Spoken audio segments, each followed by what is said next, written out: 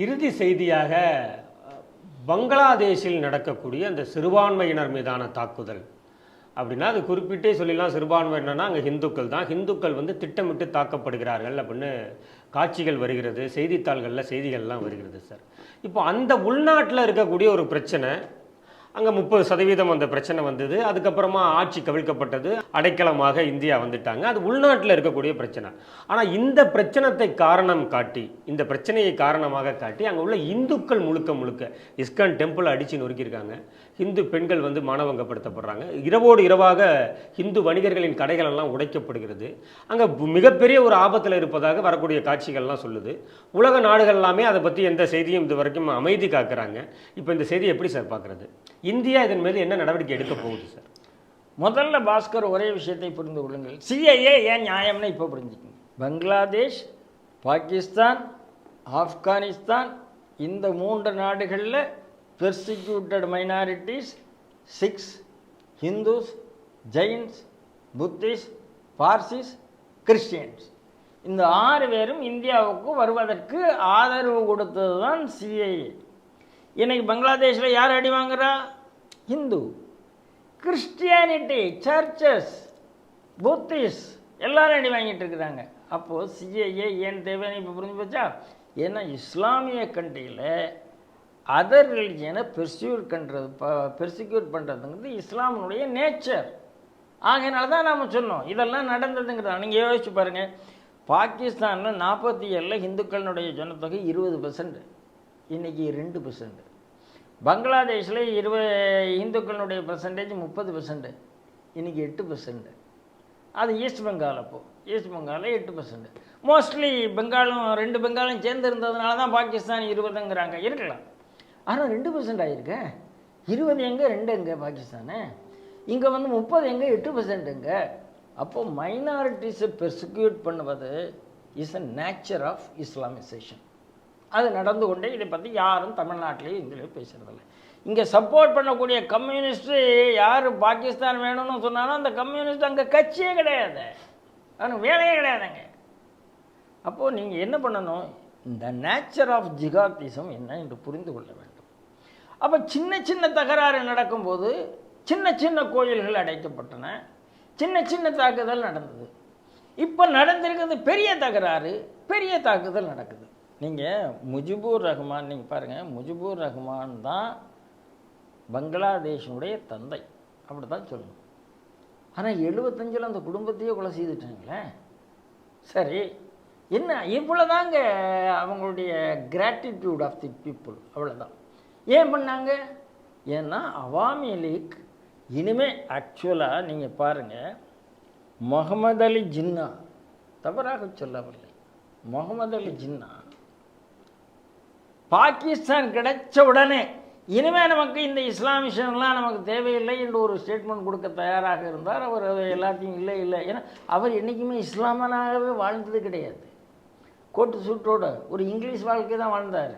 ஒரு அரசியலுக்காக ஒரு மதத்தை பிடித்து கொண்டிருந்தார். பாகிஸ்தான் கிடைத்த உடனே அவர் வந்து இஸ்லாம் வேண்டாம், மத ரீதியாக இருக்கக்கூடாது என்று சொன்ன உடனே அவரை இராணுவம் எச்சரித்து விட்டது.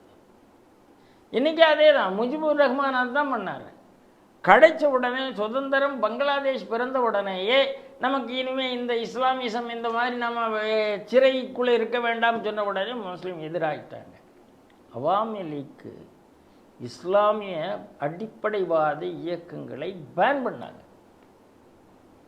இன்னைக்கு நீங்கள் ராகுல் காந்தி பங்களாதேஷனுடைய ஜிடிபியை விட இந்தியா பின்னால் இருக்குன்னு பேசியிருக்கிறாரு. இல்லைன்னு சொல்லுங்கள். அவருக்கு ஏதோ ஒரு பாயிண்ட் கிடைச்சதுன்னா அதை வச்சு பேசுவார்.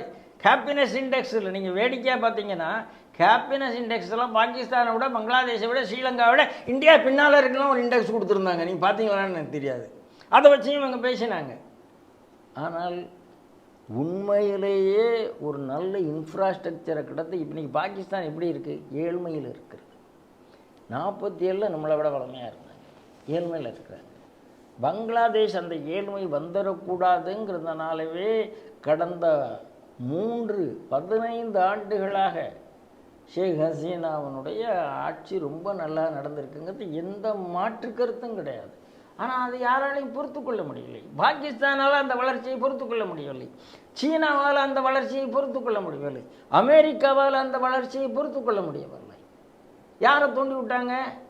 இந்தியாவில் நான் இதே ஸ்ட்ரீட் டிவியில் சொல்லியிருக்கிறேன். இந்தியாவில் முஸ்லீமை வச்சு எப்படி பிரிட்டிஷ் விளையாண்டாங்க, ஆப்கானிஸ்தானில் முஸ்லீமை வச்சு எப்படி அமெரிக்கா விளையாண்டாங்க, அதே விளையாட்டு தான் இதை இஸ்லாமியர்களை வைத்து விளையாடினார்கள். இப்போ அவங்கள யார், எந்த அடிப்படைவாத இயக்கமும் அந்த பிஎன்பியினுடைய பார்ட்டி லீடர் இன்றைக்கி ஜெயிலேருந்து வெளியில் வர்றாங்க. 18 ஆண்டுகளுக்கு ஜெயிலுக்கு போனவர் வெளியில் வராங்க. அப்போ என்ன அர்த்தம்? நீங்கள் இஸ்லாமிய ஆர்கனைசேஷனையும் அமெரிக்காவும் சீனாவும் தூண்டி விட்டது என்றால் அவன் வெளியில் வந்தோடனே ஏன் இந்துத்துக்கு கோயில் அடிக்க மாட்டான்? அவன் அதுக்கு தானே சார் நான் வந்திருக்கேன், அதான் அவனுடைய எண்ணம். இப்போது ஏதோ அவனுக்கெல்லாம் அந்த மத ரீதியான விஷயம் எப்படி பொருத்தப்பட்டு இருக்காதுன்னு பார்க்கணும்ல. அவன் இன்னைக்கு பங்களாதேஷனுடைய வளர்ச்சி டூம்டு, எந்த சந்தேகமும் கிடையாது.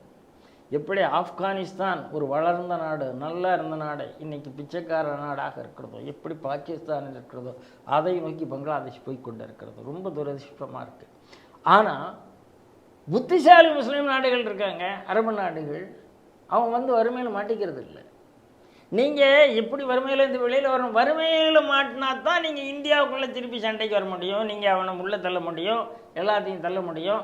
இந்தியா அதாவது இது ஒரு இன்டர்நேஷ்னல் கான்ஸ்பிரசி. இப்போ பங்களாதேஷில் நடந்தது நீங்கள் எல்லாம் பார்த்துப்பீங்க. சோரஸுக்கு நம்ம ஸ்ட்ரீட் டிவியில் நம்ம இதை கவர் பண்ணி விட்டோம், நம்ம புதுசாக சொல்ல வேண்டிய அவசியம் இல்லை.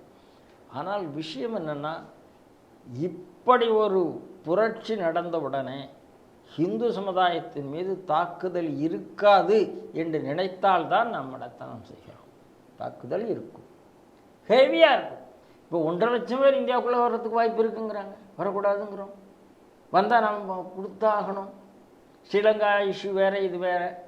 ஆனால் எல்லாத்தையும் கம்பேர் பண்ணால் ஆகையினால ஒன்றை புரிந்து கொள்ளுங்கள், ஜிகாத்துடைய ஃபார்முலா உலகம் முழுக்க ஒன்று தான்.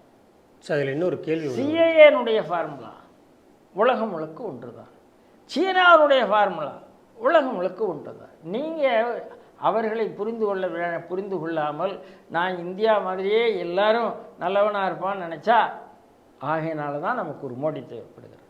சார் இப்போது இதுலேருந்து ஒரு கேள்வி வருது. இப்போ நிறைய சமூக வலைதளங்களில் அரசியல் ஆளுமைகள்னு சொல்லிட்டு இருக்கிறவங்க என்ன கேட்குறாங்கன்னா, இந்தியா இதை பார்த்து பாடம் படித்து கொள்ள வேண்டும் அப்படின்னு சொல்கிறாங்க.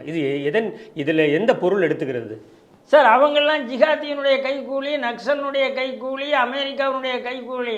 எப்படி பங்களாதேஷில் புரட்சி பண்ணாங்களோ, இந்த மாணவர்கள் நல்ல ஆட்சியை கெடுத்தார்களோ, அப்படிப்பட்ட கெடுக்கத்துக்காக கூலி வாங்கி கொண்டு இருக்கிறவர்கள் இதை பாடம் செய்ய வேண்டும்ன்றாங்க. யார் பாடம் கற்றுக்கொள்ள வேண்டும் என்று சொன்னாங்களோ அவர்களுக்கு இந்த அரசாங்கம் பாடம் புகட்ட வேண்டும்.